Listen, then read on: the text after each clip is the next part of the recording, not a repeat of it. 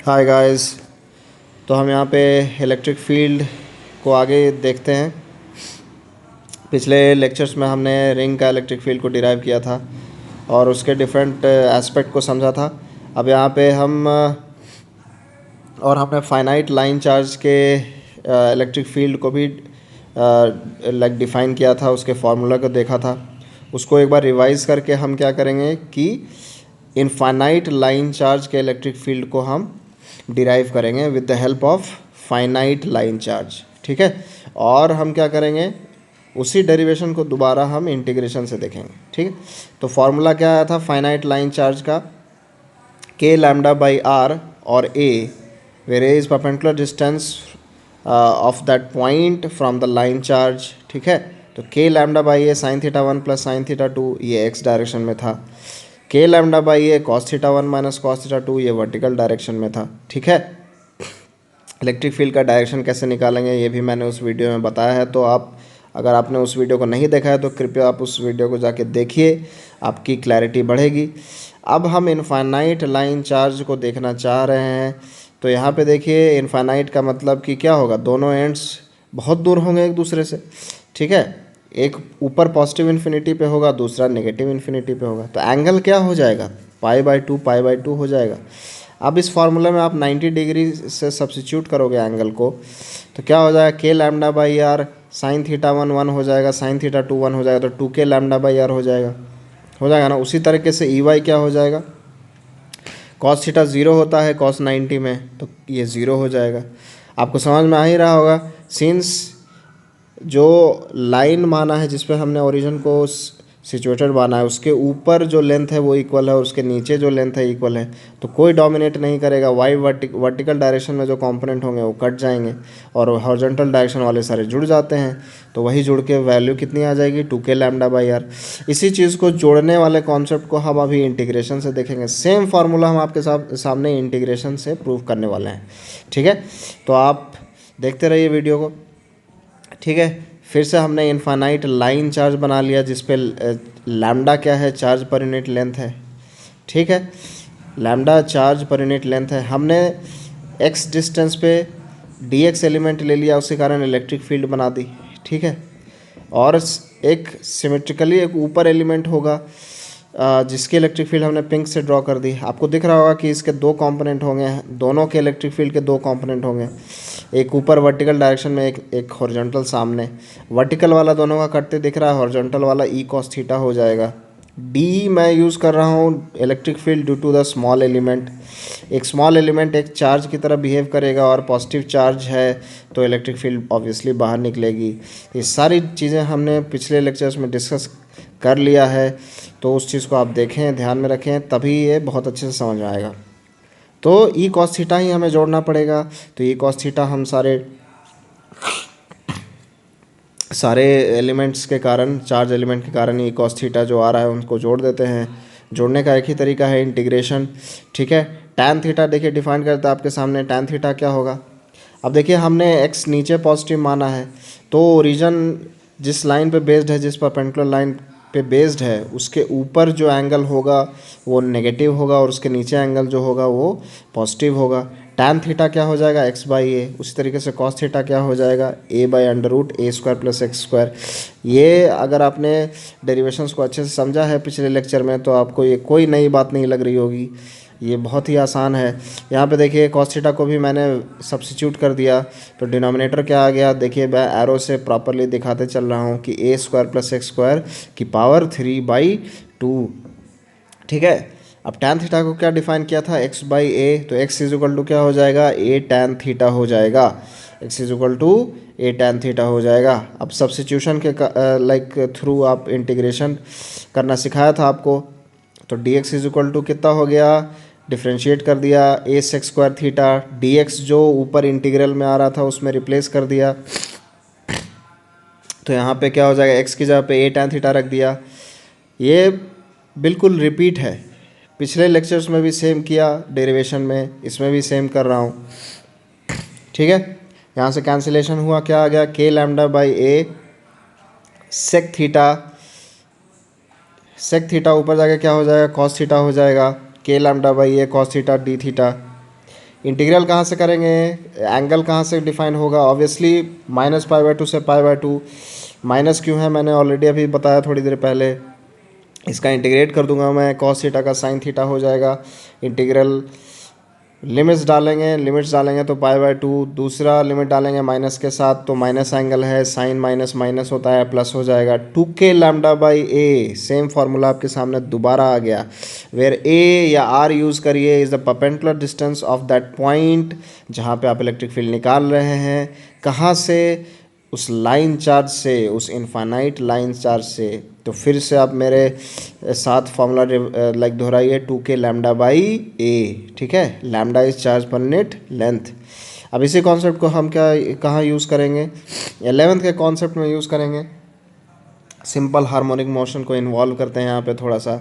एक चार्ज को ले लेते हैं जिसका मास m है और उस पर चार्ज स्मॉल q है, जो कि स्टैटिक इक्विलिब्रियम में है, वहाँ पे स्थिर है। इसका मतलब क्या होगा, इलेक्ट्रिक फोर्स ग्रेविटी को बैलेंस कर रहा होगा।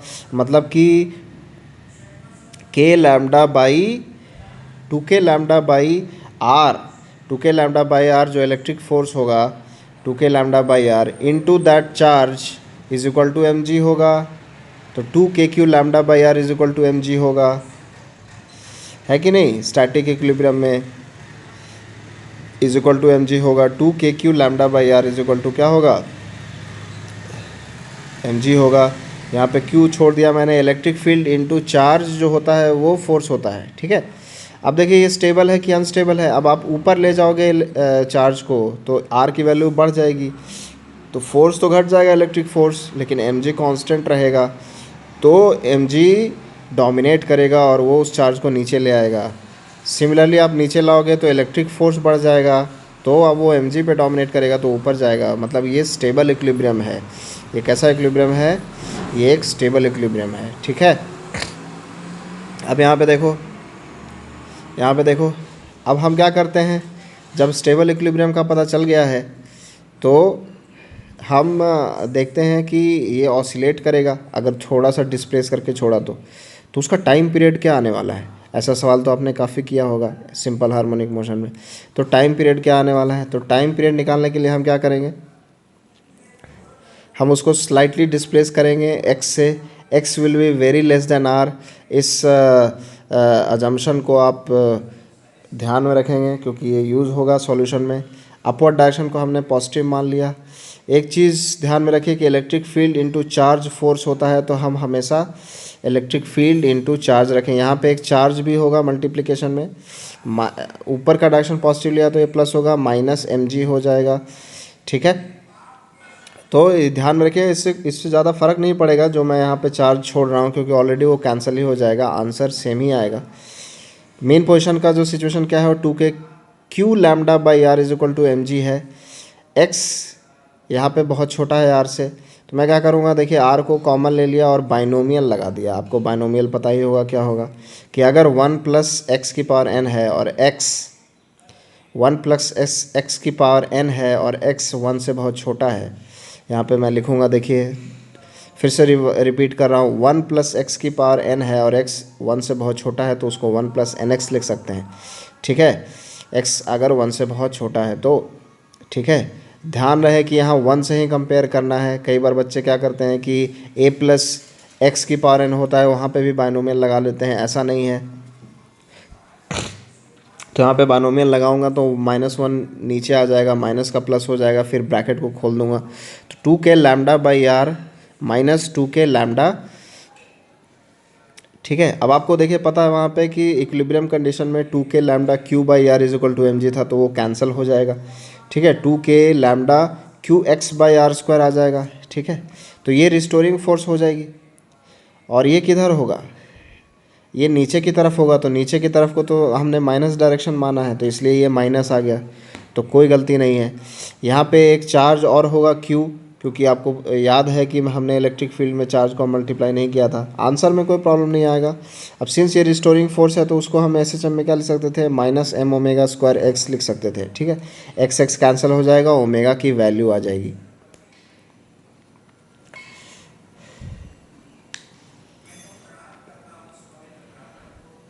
ओमेगा की वैल्यू आ जाएगी 2k λ/r², 2π तो यहाँ पे टाइम पीरियड निकल के आ जाएगा 2 pi by omega. Once you get omega, ये बहुत आसान है, ठीक है। यहाँ पे Q भी आ जाएगा 2k lambda by are square. अब देखिए इक्विलिब्रियम को यूज़ करते हुए मैं कुछ रिप्लेस कर दूंगा उसको। 2k lambda by r is equal to m g था। 2k lambda by r is equal to क्या था, एम जी था। तो 2k लैम्डा बाई आर को एम जी लिख दूंगा, तो नीचे एम जी आ जाएगा, ऊपर एम आर आ जाएगा, ऊपर एम आर आ जाएगा, ठीक है। M r by m g हो जाएगा, एम कैंसिल हो जाएगा, एम कैंसिल हो जाएगा, और आंसर क्या आ जाएगा 2 pi by under root R by G. 2 pi by under root R by G. तो देखिए उस क्यू को छोड़ने से ज़्यादा फ़र्क नहीं पड़ा, क्योंकि लास्ट में तो वो रिप्लेस ही हो रहा है। इस चीज़ का ध्यान रखें कि electric field into charge force होता है, ठीक है। चलिए आगे चलते हैं। Electric field of an arc subtending an angle theta at the centre. तो इसका कैसे निकालेंगे?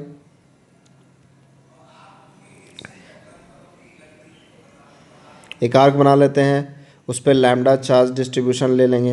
हम यूनिफॉर्म चार्ज डिस्ट्रीब्यूशन की ही बात करेंगे सारे डेरिवेशंस में। बाकी प्रॉब्लम तो non uniform distribution function of x भी दे सकता है, फंक्शन ऑफ थीटा भी दे सकता है, तो प्रॉब्लम किसी तरीके से आ सकता है। लेकिन आपको बेसिक का ध्यान रहना चाहिए, क्योंकि बेसिक आएगा तभी आप कॉम्प्लेक्स को सॉल्व कर पाओगे, ठीक है। तो यहाँ पे देखो, यहाँ पे भी आपको ओरिजिन मैंने बीच में ले लिया, जो बीच वाली लाइन है उस पर ओरिजिन ले लिया, तो दो सिमेट्रिक एलिमेंट मिल जाएंगे आपको, लेफ्ट साइड और राइट साइड, ठीक है। लेफ्ट साइड और राइट साइड के कारण इलेक्ट्रिक फील्ड आएगा। They will act like point charges, those small elemental charge will act like point charges. उनके कारण जो इलेक्ट्रिक फील्ड आएगा वो वर्टिकल डायरेक्शन में जुड़ जाएगा, हॉरिजॉन्टल डायरेक्शन में कट जाएगा। आपको दिखेगा ये सामने, ध्यान से देखिएगा। Radius of the arc r है, बीटा एंगल पे आ गया, तो दूसरे वाले एलिमेंट का भी बीटा एंगल पे आ जाएगा। देखिए ग्रीन कलर से मैं बना रहा हूँ, ये उसकी इलेक्ट्रिक फील्ड बना दी। अब जो हॉरिजॉन्टल डायरेक्शन में ई साइन बीटा आएगा, ई साइन बीटा आएगा, वो क्या हो जाएंगे, वो कैंसिल हो जाएंगे। ई साइन बीटा कैंसिल हो गए और vertical component E cos beta जुड़ गया, ठीक है। ई कॉस बीटा, तो सारे एलिमेंट का वर्टिकल कंपोनेंट ही जुड़ रहा है, तो मतलब कि ई कॉस बीटा को ही हम इंटीग्रेट करना पड़ेगा, सारे को जोड़ना पड़ेगा। सिंपल सा इंटीग्रेशन आएगा, कॉस का इंटीग्रेशन क्या हो जाएगा, साइन बीटा। लिमिट्स कहाँ से कहाँ तक होंगी, तो हमने ओरिजिन ले लिया बीच में, तो राइट साइड एंगल नेगेटिव हो जाएगा, लेफ्ट साइड एंगल पॉजिटिव हो जाएगा, तो -θ/2 से +θ/2। हमने एंगल कहाँ पे लिया था, हमने लेफ्ट साइड लिया था, तो लेफ्ट साइड का एंगल पॉजिटिव हो गया। लिमिट डाल दिया -θ/2 से +θ/2, तो रिजल्ट हमारे सामने क्या आ गया, 2k lambda by r sign θ/2। ये भी इम्पॉर्टेंट रिजल्ट है। कहीं पे भी आर्क जैसा शेप हो लाइन चार्ज का, तो उसका फॉर्मूला क्या होता है, 2k lambda by r sign θ/2, ठीक है। तो इसको याद कर लीजिए। अब जो है हम कुछ मिसलेनियस की तरफ बढ़ेंगे। अब हमने काफ़ी लाइक एक्सटेंडेड ऑब्जेक्ट्स का इलेक्ट्रिक फील्ड प्रूव कर लिया है, रिंग का कर लिया, इनफाइनाइट लाइन चार्ज का कर लिया, फाइनाइट लाइन चार्ज का कर लिया, ठीक है। प्लेट का बाकी है, वो मैं अगले लेक्चर में डाल दूँगा।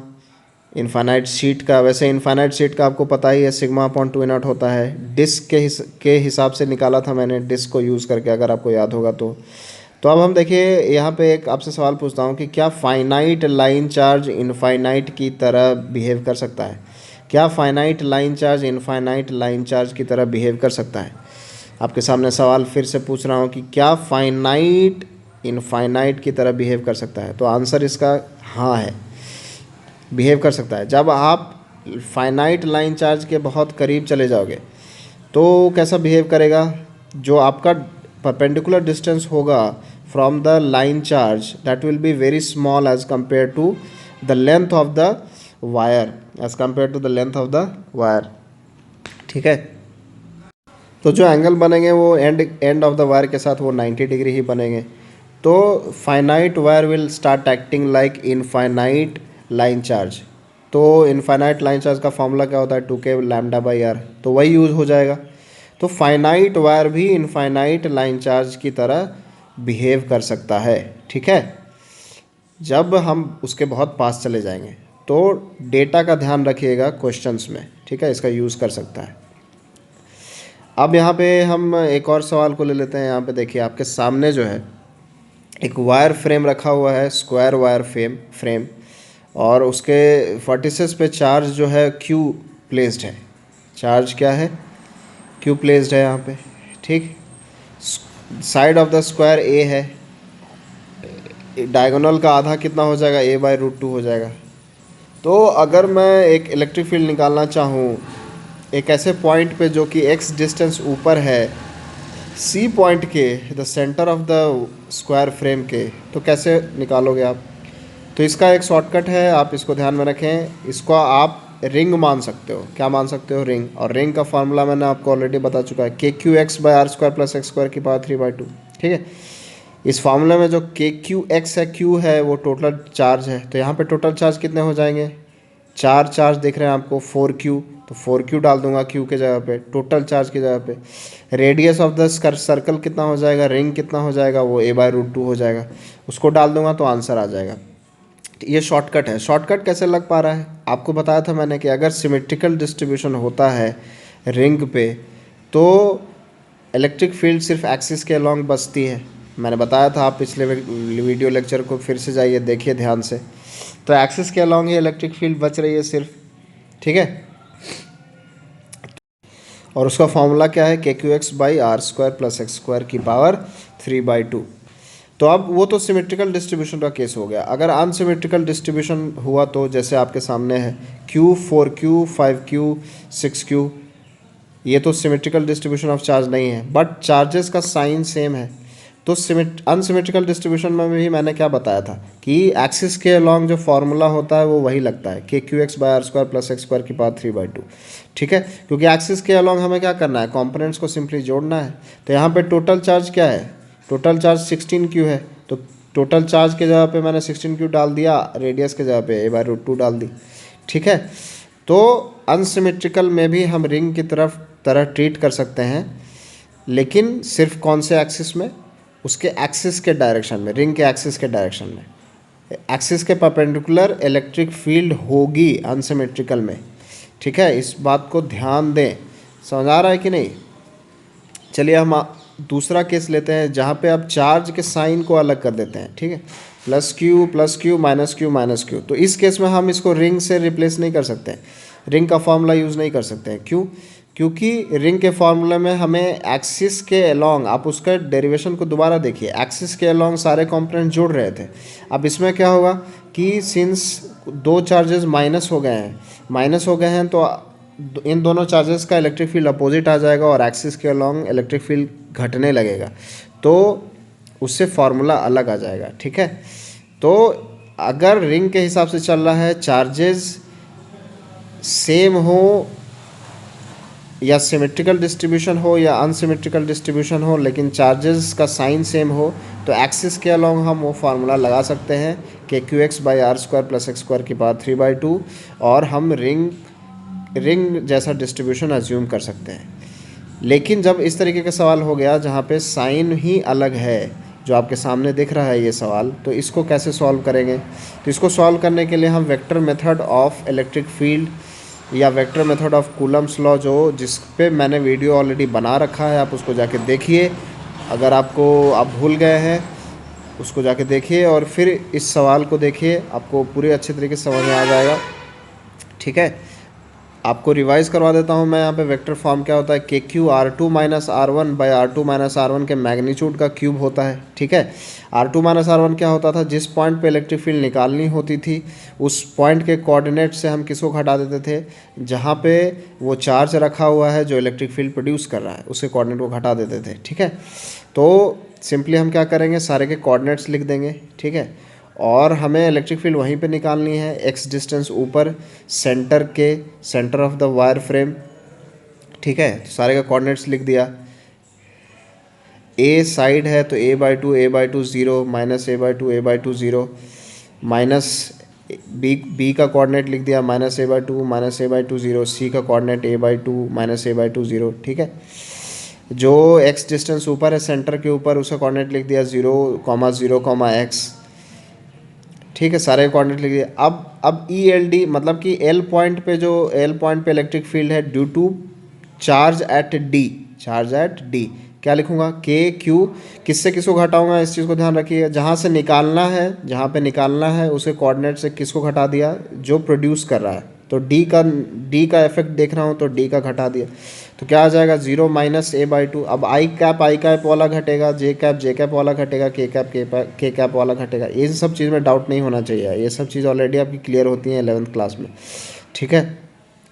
तो अब मैं जल्दी जल्दी लिख लूँगा। नीचे मैग्नीट्यूड क्या होता है वेक्टर का, obviously a under root a square plus B square plus C square. तो ए बाई टू बचेगा तो ए बाई टू का होल स्क्वायर, फिर जे कैप में ए बाई टू बचा तो ए बाई टू का होल स्क्वायर, के कैप में एक्स बचा तो एक्स का होल स्क्वायर। तो electric field at L due to point charge Q at a क्या होगा, K Q into A by two I cap minus a by two J cap plus X K cap by a by two का whole square plus a by two का whole square plus X square की power 3/2। आपको दिख रहा होगा कि denominator same ही आ रहा है। अब electric field due to charge at B ये लिखूँगा। तो अब देखिए इस फॉर्मूले में, इस वेक्टर फॉर्म में क्यू का साइन आपको क्यू का वैल्यू जो है आपको साइन के साथ डालना है। तो देखिए क्यू जो है बी पे माइनस चार्ज का है, तो मैंने माइनस क्यू डाल दिया यहाँ पे, फिर से मैंने वही घटा के लिख दिया और आपके सामने रिजल्ट आ गया। अब यहाँ पे देखिए सबका डिनोमिनेटर सेम आया तो सबको मैं अल्फ़ा लिख दूंगा। ये मैं इसलिए कर रहा हूँ ताकि मुझे बार बार इतना बड़ा टर्म नहीं लिखना पड़े। ई नेट निकालने के लिए मुझे क्या करना पड़ेगा, E L D, E L A, E L B और ई एल सी सबको जोड़ना पड़ेगा, ठीक है। तो सबको जोड़ूंगा तो आपको दिख रहा होगा कि के क्यू बाई अल्फ़ा कॉमन आ जाएगा। तो के क्यू बाई अल्फ़ा कॉमन आ गया, बस इसको अब अलजेब्राइकली सॉल्व करना है, ठीक है। तो यहाँ पे देखिए सबको सॉल्व करेंगे तो क्या आ जाएगा, सबका आई कैप जुड़ जाएगा, जे कैप के साथ एडजस्ट होगा, के कैप के साथ एडजस्ट होगा। तो यहाँ पे देखिए ए बाई टू, सारी चीज़ें मैं सिंपली वही कर रहा हूँ, जो ऊपर निकाला है मैंने उनको जोड़ दे रहा हूँ, ठीक है। माइनस को ध्यान से डालें, माइनस मिस हो सकता है यहाँ पे। क्यू चार्ज जो बी पे है और सी पे है वो माइनस में है, माइनस साइन आपको चार्ज को है जो है साइन के साथ डालना है। देखिए क्या क्या कैंसिल हो रहा है, minus a by two I cap plus a by two I cap cancel हो गया है, एक्स वाला सारा टर्म कैंसिल होते जा रहा है। इसको आप अपने नोटबुक पे ज़रूर करें, आपके दिमाग में छप जाएगा ये, ठीक है। यहाँ पे समझ लें, फिर इसको दोबारा अपने नोटबुक पे करें, ठीक है। के क्यू बाई अल्फ़ा, तो final result K Q 2a J cap by alpha आ जाएगा। चारों टर्म जे कैप वाले जुड़ गए आपस में, तो 4 इंटू ए बाई टू हो गया, तो 2a आ गया ऊपर न्यूमिनेटर में। अल्फ़ा को मैंने अल्फ़ा को माना था उससे रिप्लेस कर दिया, ठीक है। ये सुधार भी दिया। यूरोडोव का 270 नंबर प्रॉब्लम इसी पे बेस्ड है, आप उसको करिए।